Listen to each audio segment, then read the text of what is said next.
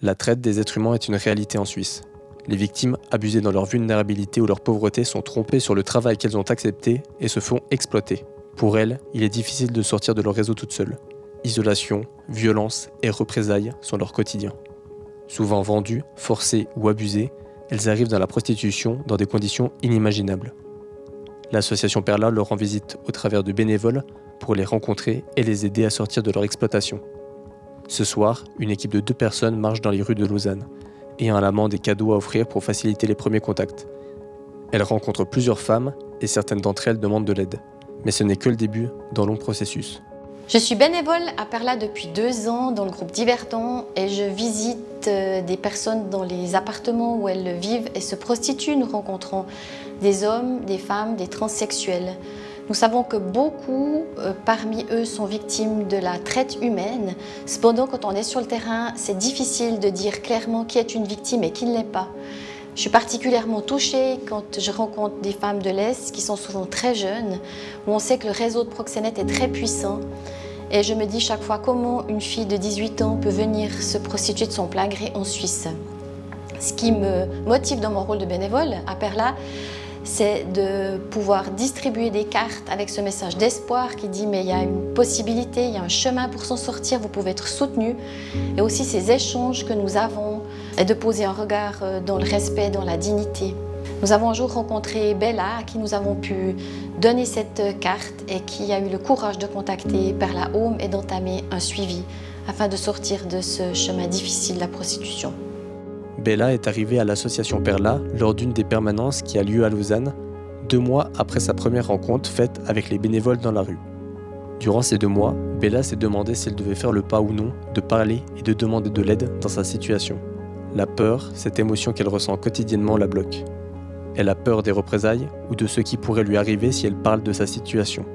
Finalement, désespérée et ayant vraiment besoin d'aide, elle décide de donner une chance à l'équipe de Perla. En arrivant dans les bureaux de l'association, elle est reçue par une assistante sociale et une juriste pour expliquer son parcours de vie. Du coup, en arrivant à Perla Home, Bella, elle était un peu stressée, elle avait peur. Il faut dire que c'est compliqué pour les personnes qui viennent la première fois à Perla Home pour raconter leur témoignage. Ça demande énormément de courage et la plupart, elles ont quand même peur parce qu'elles ne nous connaissent pas. Du coup, le but de cet entretien, c'est vraiment simplement de l'écouter, qu'elle nous raconte ce qu'elle a vécu, sa situation d'exploitation. Et à travers son témoignage, on fait une anamnèse, c'est-à-dire qu'on pose des questions et on regarde si elle a été victime de traite d'êtres humains.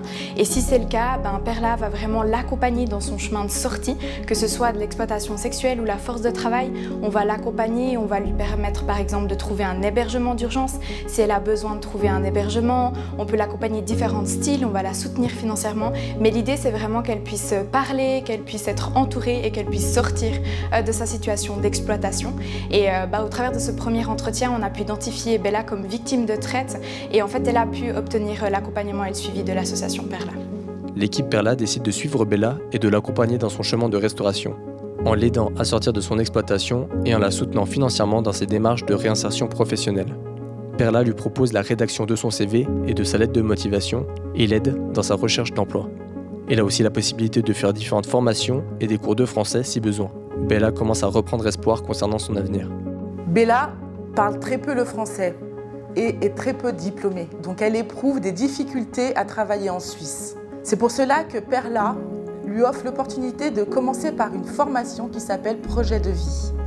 Avec l'aide d'un expert, elle peut réfléchir à ce qu'elle aime faire, à ce qu'elle souhaite dans sa vie professionnelle et ainsi trouver des solutions pour concrétiser ses objectifs.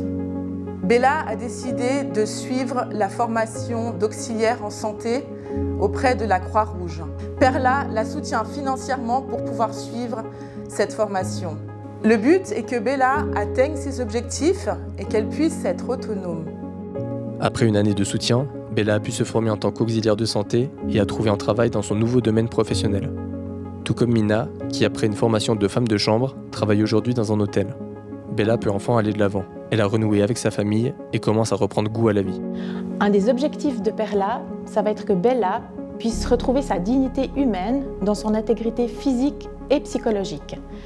On va essayer de la réinsérer socialement et professionnellement et la soutenir financièrement pour arriver à ce but-là. Parfois, c'est des processus qui sont très compliqués parce qu'il y a des pressions de la part des réseaux de proxénètes ou alors des pressions de la famille qui est restée au pays d'origine et qui attend de l'argent pour survivre. C'est pour ça que Perla va continuer de soutenir Bella dans le temps afin de sortir de ce réseau de traite humaine et de pouvoir reprendre une vie normale. Pour plus d'informations, rendez-vous sur www.perlaorganisation.com. Merci pour tout soutien.